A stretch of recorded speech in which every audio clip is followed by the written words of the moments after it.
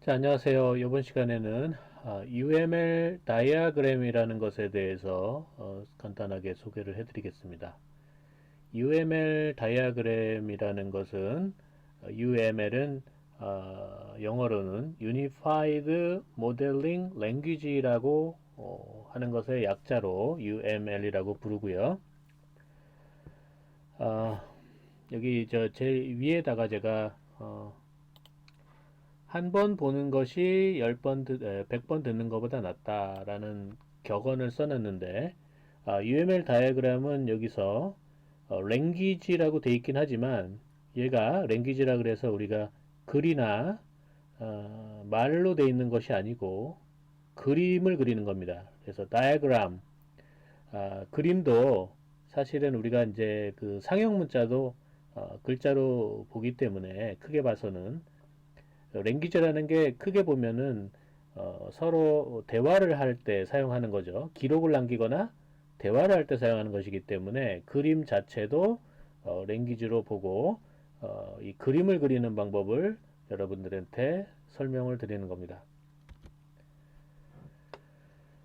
자, 이것이 필요한 이유는 객체 지향 프로그램을 설계를 하려면 이 객체 지향 프로그램이 이제 모든 프로그램이 간단한 경우에는 여러분들이 그 전체 시스템을 굳이 정리를 머릿속에 정리라고 프로그램을 하지 않아도 잘 동작을 하게 할 수가 있겠지만 시스템이 크고 복잡해지게 되면 얘를 어떻게 만들 것인지를 미리 설계를 하지 않으면 개발하는 시간이 굉장히 많이 들게 됩니다. 그 다음에 이제 큰 시스템은 여러 사람들이 모여서 개발을 해야 되는데, 그러려면 각자 생각하는 그 시스템에 대한 아이디어가 동일해야겠죠. 그 A라는 사람과 B라는 사람이 시스템을 만드는데 각자 머릿속에 생각하고 있는 이 계획, 그 목적이 다르다 그러면 우리가 원하는 결과가 나오기가 힘들겠죠. 자, 그런 거를 이제 우리가 여러 사람들이 이제 의사소통도 해야 되고, 그 다음에 이제 우리가 바로 구현을 하는 것이 아니라 구현하기 전에 이 시스템이 어떤 식으로 동작하고 어떤 요소가 필요하고 이게 문제가 없을지를 판단하기 위해서는 이 디테일한 내용이 아니라 핵심적인 내용에 집중해서 설계를 해야 됩니다. 설계라는 게 이제 아주 디테일한 부분, 그러니까 그냥 디테일한 것도 이제 두 가지가 있겠죠. 디테일한 것도 기술적으로 이 문제가 될 만한 부분이 있고 그냥 이미 이제 요거는 이미 알려져 있어서 충분한 시간을 가지고서 시간을 들이면은 이제 완성할 수 있는 그런 내용들도 있고요. 그래서 그런 거를 판단하기 위해서 이제 설계를 하게 되는데 이거를 시각적으로 표현하는 방법이 UML 다이어그램입니다. 그래서 크게 이제 그 오브젝트 오리엔티드 프로그램이 개발이 되고 오브젝트 오리엔티드 프로그램이라는 게 이제 랭귀지를 연구하는 사람들로부터만 영향을 받은 것이 아니라 이제 그 소프트웨어 쪽에서는 소프트웨어 공학이라는 연구 분야가 있어요. 그래서 소프트웨어 개발하는 프로세스를 공학적으로 바라보고 그거를 어떤 식으로 효과적으로 할 것인가를 연구하는 분야가 있는데 상당히 또 중요한 분야입니다. 요즘에 와서는 뭐 컴퓨터다 그러면은 뭐 딥러닝, 뭐 AI 이런 것만 생각하는데 사실 딥러닝 AI는 컴퓨터 분야라기보다는 최근 불과 뭐 10년 전까지만 해도 컴퓨터 분야라기보다는 사실은 이론 과학 분야라고 볼 수가 있었습니다.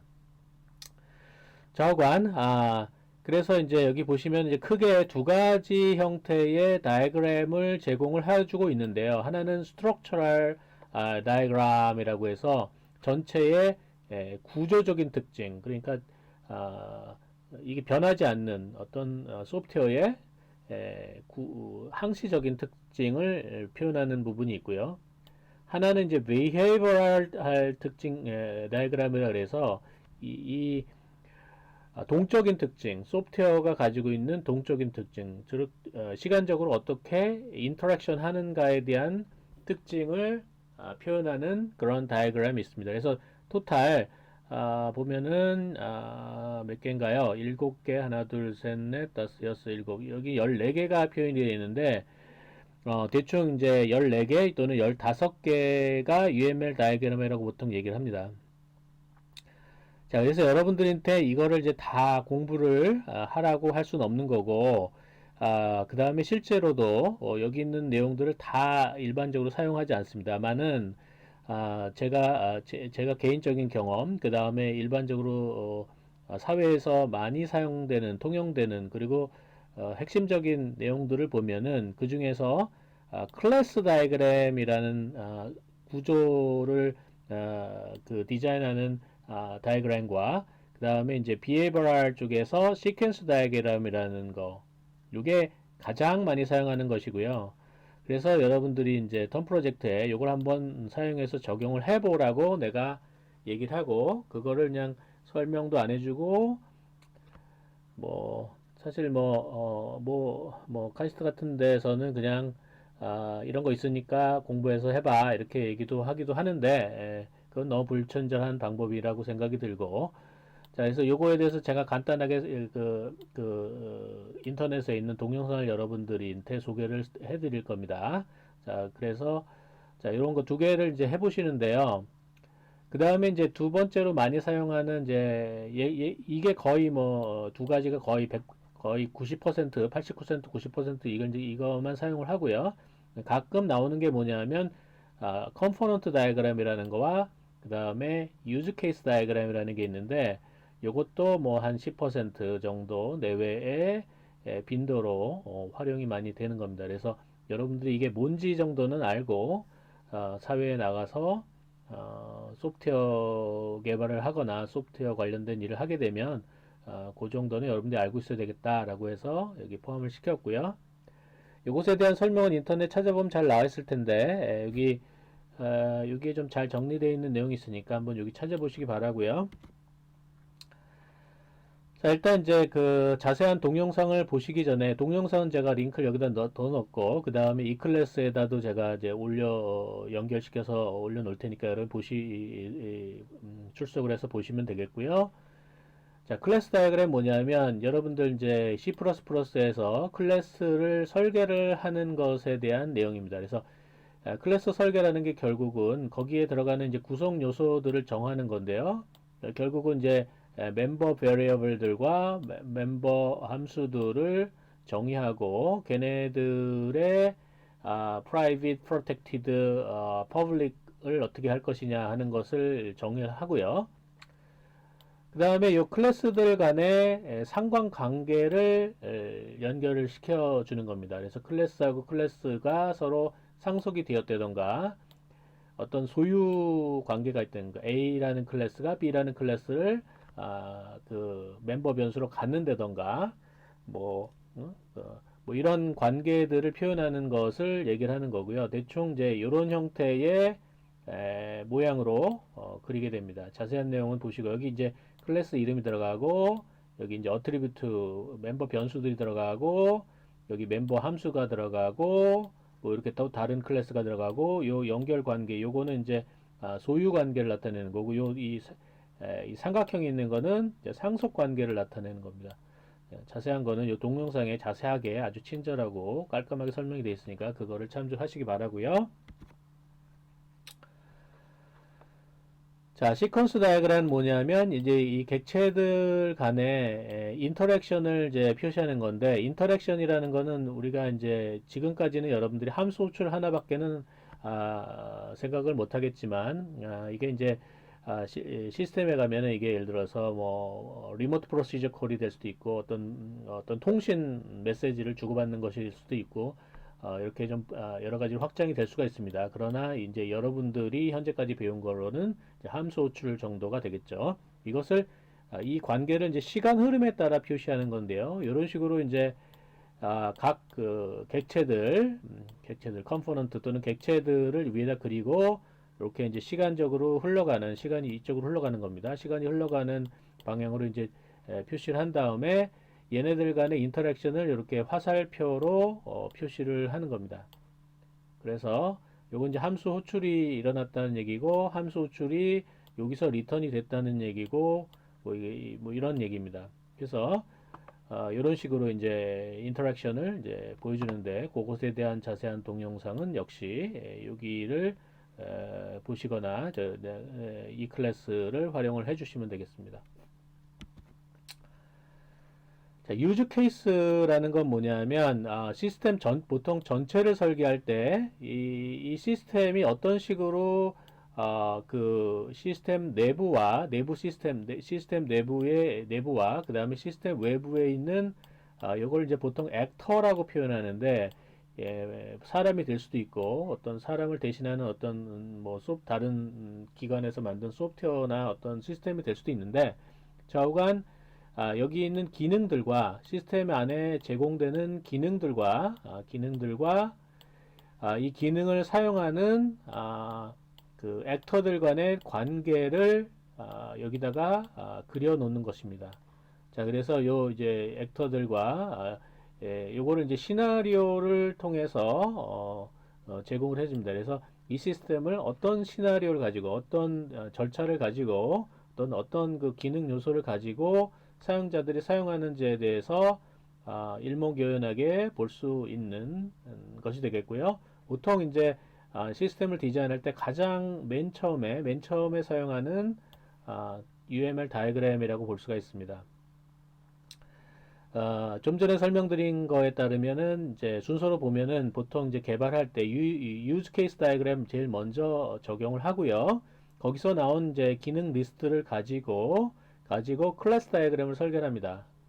또는 좀 이따가 설명드린 이제 컴포넌트 다이그램 같은 걸 만든 다음에 클래스 다이그램이 다 완성이 되고 나면 그 다음에 시퀀스 다이그램을 그려가지고 디테일하게 얘네들 간의 인터랙션을 설계를 합니다. 마찬가지 설명은 여기 있고요. 이 클래스에도 링크를 올리겠습니다.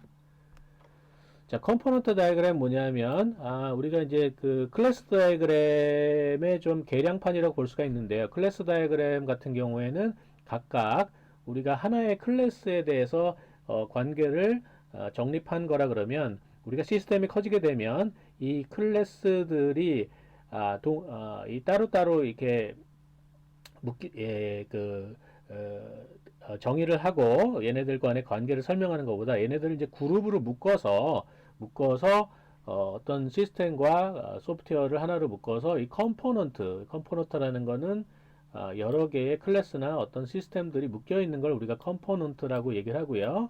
그 컴포넌트라는 게 어떤 전체 시스템의 일부로 구성이 된다. 전체 시스템의 어떤 부분이 된다. 부분 집합이다라는 얘기고요. 컴포넌트란 말 자체가. 그렇지만 그 컴포넌트는 다시 쪼개면 작은 컴포넌트로 나눌 수가 있고 그 작은 컴포넌트 중에 대부분은 이제 클래스, 우리가 소프트웨어 C++로 작성했을 때는 클래스나 객체들이 되겠죠. 자, 그런 식으로 이런 식으로 이제 이렇게 블록 다이어그램 비슷하게 컴포넌트 다이어그램으로 표시를 할 수가 있습니다. 이것에 관련돼서는 이 동영상을 여러분들이 참조를 하시는 것으로 하겠습니다. 자, 그래서 이제 여러분들이 이걸 이제 잘 공부를 하시고 이제 턴 프로젝트 보고서를 낼 때 이걸 이제 반영을 하셔서 내셔야 이제 턴 프로젝트 평가를 제대로 받을 수가 있을 텐데요. 그냥 단순히 소프트웨어가 잘 돌아가고 고연이 잘 돼 있다고 해서 점수를 잘 주진 않을 겁니다. 이 보고서를 얼마나 잘 작성했고 깔끔하게 이 원하는 내가 정한 내용들을 얼마나 잘 표현했는지에 따라서 점수가 똑같은 구현을 하더라도 점수 차이가 좀 날 거고요. 자, 그래서 자, 이걸 그리는 방법은 이제 세 가지 정도가 있을 수가 있는데 사실은 UML을 그릴 수 있는 전문 툴이 있는데 비싼 거는 뭐 한 칸피당 몇 천만 원이나 뭐 심지어는 몇 억씩 하는 것도 있습니다. 자, 그런데 우리가 이제 뭔지 한번 알아보기 위해서 우리가 해보는 것이기 때문에 여러분들 그냥 파워포인트로 박스나 뭐 테이블 같은 걸로 해서 그리셔도 됩니다. 또는 이제 조금 더 이쁘게 그리려면 이제 비지오라는 그 마이크로소프트 오피스 툴 이 여러분들이 뭐 가지고 계신 게 있으면 비주얼 사용해서 그리시면 훨씬 더 깔끔하게 그릴 수가 있죠. 그 다음에 이제 인터넷에 이제 무료 툴이 있는데, 물론 무료 툴이 이제 여러 가지 제한 사항들이 있겠지만, 무료 툴을 사용을 해보시는 것도 방법이 되겠습니다. 자, 그래서 여기 이제 제가 그 열 몇 가지 그 UML 다이그램들이 있고, 그 중에서 네 가지를 조금 그 자세하게 설명을 했는데, 그 네 가지 중에서도 다 여러분들이 적용하실 필요는 없고요. 이 터프로이트 관련돼서는 클래스 다이그램 하나와 클래스 다이그램 하나만 여러분들이 만드시면 돼요. 시퀀스 다이그램 한 두 개 정도 여러분들이 이걸 충분히 숙지했다는 걸 확인할 수 있는 정도의 개수만 간략하게 만드시면 되겠습니다. 깔끔하게. 그 다음에 이제 클래스 다이어그램과 시퀀스 다이어그램 안에 들어가도 굉장히 다양한 기능들이 있어서 여러분들이 그걸 다 일일이 다 이해할 만한 시간과 여유는 없을 거기 때문에 여기 있는 걸 다 뭐 디테일한 것까지 다 적용하라고 하는 것은 아니고요. 기본적인 수준까지 최소한의 기본적인 내용까지 여러분이 적용을 하면 아, 되는 것으로 그렇게 하겠습니다. 자, 이렇게 해서 UML 설명을 드렸고요. 각각 그 UML 관련된 다이그램에 대한 그 강의는 그 동영상을 사용해서 듣기 바라고요. 영어로 돼 있는데 여러분들 이제 캡션을 넣으시면 다 그 스크립트가 나오고 그러니까 영어 연습도 해보는 겸해서 한번 보시기 바랍니다.